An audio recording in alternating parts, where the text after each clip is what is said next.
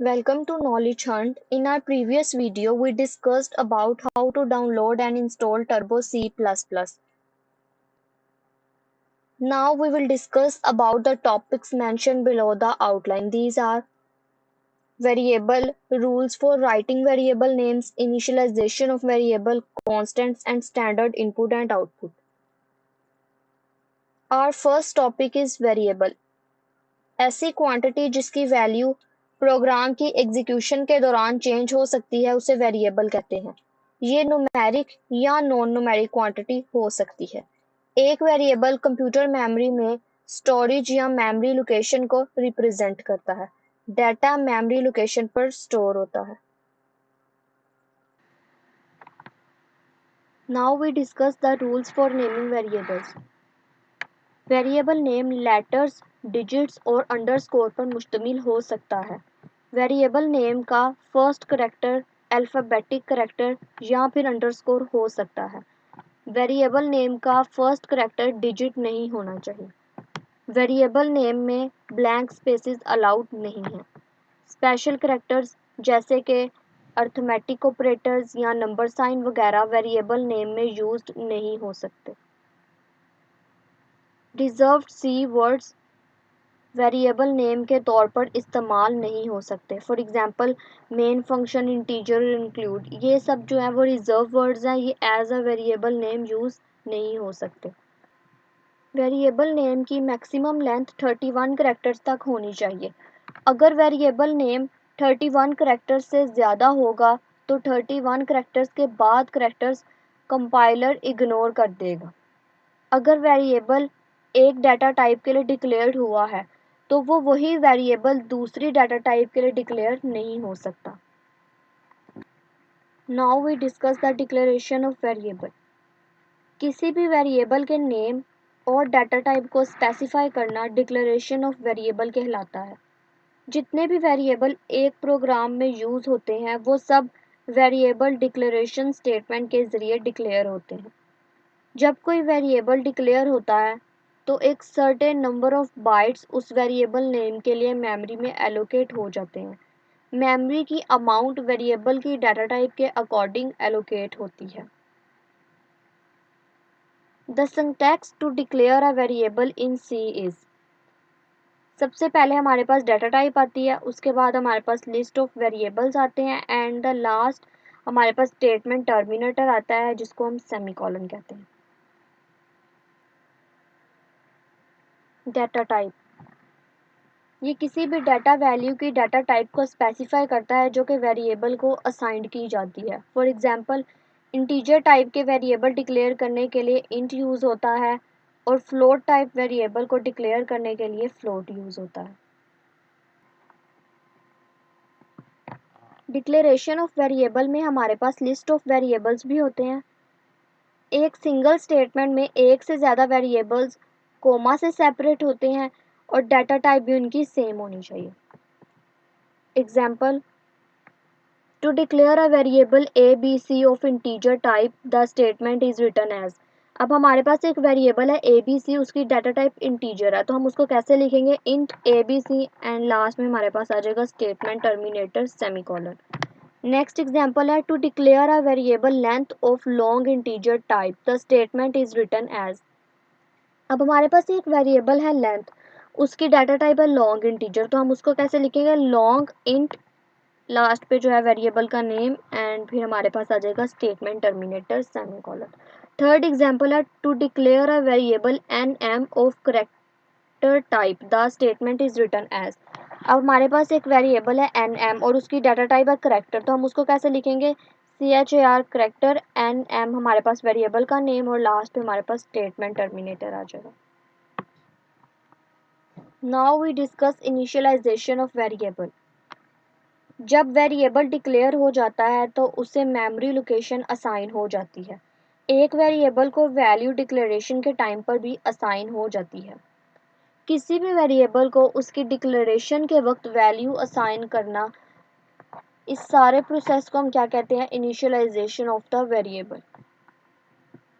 For example A B and C हमारे पास variables हैं और उनकी डाटा टाइप हमारे पास इंटीजर है और उनकी वैल्यूज़ भी हमारे पास मौजूद है जो हमने असाइन कर लिया। तो हम स्टेटमेंट को कैसे लिखेंगे, int a is equals to 110, comma से हम सेपरेट करेंगे, b is equals to 60, comma C की वैल्यू हमारे पास मौजूद नहीं है तो हम इसको ऐसे ही डिक्लेयर कर देंगे और लास्ट पे हमारे पास स्टेटमेंट टर्मिनेटर आ जाएगा। नेक्स्ट है हमारे पास कांस्टेंट, ऐसी क्वांटिटी जिसकी वैल्यू प्रोग्राम की एग्जीक्यूशन के दौरान चेंज नहीं होती उसे कांस्टेंट कहते हैं। ये नॉन न्यूमेरिक और न्यूमेरिक क्वांटिटी हो सकती है। फॉर एग्जांपल 987, 9.11 माइनस 1947 ये हमारे पास न्यूमेरिक कांस्टेंट है, जबकि ए एंड प्लस ये सब हमारे पास करैक्टर कांस्टेंट है और इनको हम नॉन न्यूमेरिक कांस्टेंट्स भी कहते हैं। Our next topic is standard input and output. C language में स्टैंडर्ड इनपुट आउटपुट को परफॉर्म करने के लिए दो फंक्शंस यूज होते हैं। वो हमारे पास दो फंक्शंस ही हैं, printf function and scanf function. सबसे पहले हम पढ़ेंगे printf function. Printf function monitor पर डाटा शो करने के लिए यूज होता है। इसका सिंटैक्स हमारे पास ये है, प्रिंटफ, उसके बाद हमारे पास कंट्रोल स्ट्रिंग्स आते हैं और उसके बाद हमारे पास लिस्ट ऑफ आर्ग्यूमेंट्स आते हैं एंड लास्ट पे हमारे पास स्टेटमेंट टर्मिनेटर आता है, सेमीकोलन। अब इसके सिंटैक्स में कंट्रोल स्ट्रिंग लिखा हुआ है। अब हम पढ़ेंगे कि कंट्रोल स्ट्रिंग क्या होता है। Control string text, format specifiers और एस्केप सीक्वेंस पर मुश्तमिल होता है। ये डबल कोट्स में लिखा जाता है। टेक्स्ट उस मैसेज को स्पेसिफाई करता है जो वैल्यूज़ के साथ प्रिंट होता है। फॉर्मेट स्पेसिफायर उस फॉर्मेट को स्पेसिफाई करता है जिसके अकॉर्डिंग वैल्यूज़ प्रिंट होती है और एस्केप सीक्वेंस मॉनिटर पर प्रिंटिंग को कंट्रोल करने के लिए यूज़ होता है। नेक्स्ट है हमारे पास list of arguments. List of arguments list of variable, constants और अरिथमेटिक एक्सप्रेशन पर मुश्तमिल होता है। इन सब को कोमा से सेपरेट किया जाता है। प्रिंटफ फंक्शन में लिस्ट ऑफ आर्ग्यूमेंट्स ऑप्शनल होते हैं। जब प्रिंटफ फंक्शन सिर्फ मैसेज को प्रिंट करने के लिए यूज़ होता है तो फिर आर्ग्यूमेंट्स स्किप हो जाते हैं, फिर हमारे पास आर्ग्यूमेंट्स की ज़रूरत नहीं होती, उनको हम ओमिट कर देते हैं। अब आप टर्बो सी प्लस प्लस को ओपन कीजिए ताकि हम प्रोग्राम को परफॉर्म कर सकें। हमारा प्रोग्राम क्या है, write a program to print a message on the screen by using the print F function. हमने प्रिंट एफ फंक्शन को यूज़ करते हुए अपनी स्क्रीन पर एक मैसेज को प्रिंट करना है। अब हम अपने कंपाइलर पर आ चुके हैं। अब हम यहाँ पर अपना प्रोग्राम जो है उसको एग्जीक्यूट करेंगे। सबसे पहले हम प्रोग्राम को लिखेंगे। प्रोग्राम को लिखने के लिए जो हमें सबसे पहला काम करना है वो ये करना है कि हमें अपनी हेडर फाइल्स को इंक्लूड करना है। Hash include stdio.h, hash include conio.h, फिर हमारा मेन फंक्शन आएगा void main। यहाँ पर जो है हम अपनी स्टेटमेंट को लिखेंगे printf, जो हमें प्रिंट करवानी है स्टेटमेंट एज इट इज़ उसे हम डबल कोटेशन मार्क्स में लिखेंगे। C++ is based on the computer language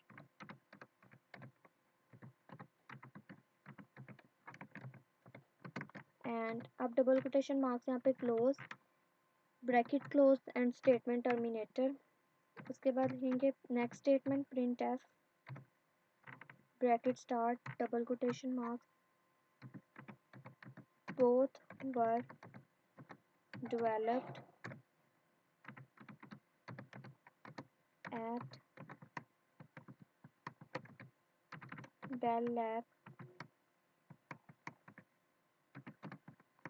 USA, double quotation marks close, bracket close and last पे स्टेटमेंट टर्मिनेट। गेट ch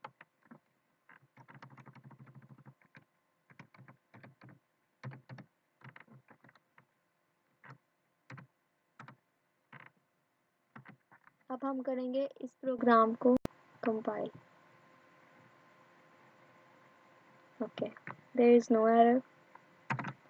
और हम करेंगे इसको रन। ओके, हमारी आउटपुट जो है वो शो हो गई है। C++ is based on the computer language and both were developed at Bell lab USA। हमने जो है इस पर कोई भी एस्केप सीक्वेंस यूज़ नहीं किया, इसलिए जो है ये सारा हमारे पास दो स्टेटमेंट्स जो हैं वो एक ही लाइन में प्रिंट हुए हैं। नेक्स्ट हमने पढ़ना है scanf function. Scanf function program की एग्जीक्यूशन के दौरान कीबोर्ड के थ्रू वैल्यूज़ लेता है। न्यूमेरिक और करैक्टर वैल्यूज़ दोनों एज अ इनपुट यूज़ होती हैं। Control string. स्कैनएफ फंक्शन में स्ट्रिंग्स नहीं दी जाती, जैसा कि आप देखते हैं कि प्रिंटएफ फंक्शन में जो है वो स्ट्रिंग्स दी जाती हैं, लेकिन यहाँ पर स्ट्रिंग्स नहीं दी जाती। List of variables. Scanf function में हमारे पास लिस्ट ऑफ वेरिएबल्स होती है जिसको हम कोमा से सेपरेट करते हैं। स्कैनएफ फंक्शन को वेरिएबल में वैल्यू इनपुट करने के लिए वेरिएबल के मेमोरी एड्रेस की ज़रूरत होती है। वेरिएबल का मेमोरी एड्रेस एड्रेस ऑपरेटर के साथ इंडिकेट होता है। एम्परसेंड साइन एड्रेस ऑपरेटर है, ये वेरिएबल नेम से पहले लिखा जाता है। For example, to input a value from the keyboard into a variable age, then scanf function is written as। अब हमारे पास एक age का वेरिएबल है, उसमें हम लोगों ने वैल्यू जो है वो गेट करनी है यूज़र से, तो हम कैसे लिखेंगे? scanf %d, उसके बाद कोमा, एम्परसेंड साइन और एज। एज हमारा वेरिएबल है और वेरिएबल के नेम से पहले हम क्या यूज़ करते हैं? एम्परसेंड साइन, जो कि एड्रेस ऑपरेटर है, और लास्ट में हमारे पास स्टेटमेंट टर्मिनेटर आ जाएगा। अब आप लोग जो है अपना टर्बो C++ कंपाइलर जो है उसको ओपन करें ताकि हम प्रोग्राम को वहाँ पर परफॉर्म कर सकें। हमारा प्रोग्राम ये है, write a program to take an integer from user. अब हम लोगों ने एक इंटीजर वैल्यू जो है वो यूज़र से लेनी है थ्रू स्कैनएफ। हमने जस्ट इतना ही काम करना है। हम अपने कंपाइलर पर आ चुके हैं यहाँ पर। अब हम अपना प्रोग्राम जो है उसको लिखेंगे। सबसे पहले हम हेडर फाइल्स को इंक्लूड करेंगे। Hash include stdio.h, hash include conio.h। अब हम अपना मेन फंक्शन लिखेंगे।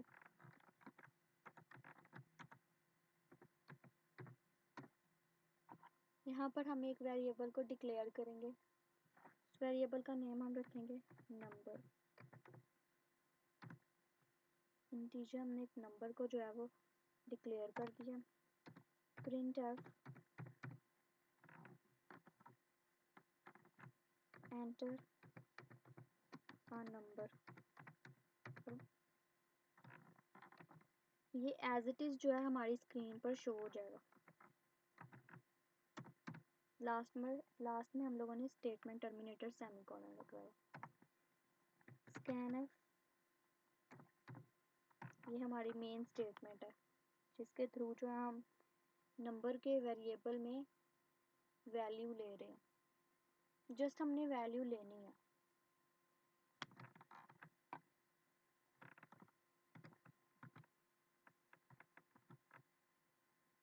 Comma ampersand number bracket close semicolon turn 0। अब हम करेंगे compile. Successful, there is no error. अब हम करेंगे रन। अब हमसे जो है नंबर मांगा गया, हम यहाँ पर कोई भी नंबर ऐड कर सकते हैं। 22। ओके, आई होप आपको मेरी आज की वीडियो समझ आ गई होगी। अगर आपको फिर भी कोई कन्फ्यूजन है तो प्लीज़ आप मुझसे कमेंट सेक्शन में पूछ सकते हैं। अगर आपको मेरी वीडियो पसंद आई है तो प्लीज़ इसको लाइक कीजिएगा और शेयर कीजिएगा और मेरे चैनल को सब्सक्राइब कीजिएगा ताकि मेरी आने वाली जो भी नई वीडियो है वो आप देख सकें। Thank you so much. अब हम मिलेंगे अपनी नेक्स्ट वीडियो में, तब तक के लिए अल्लाह हाफिज़।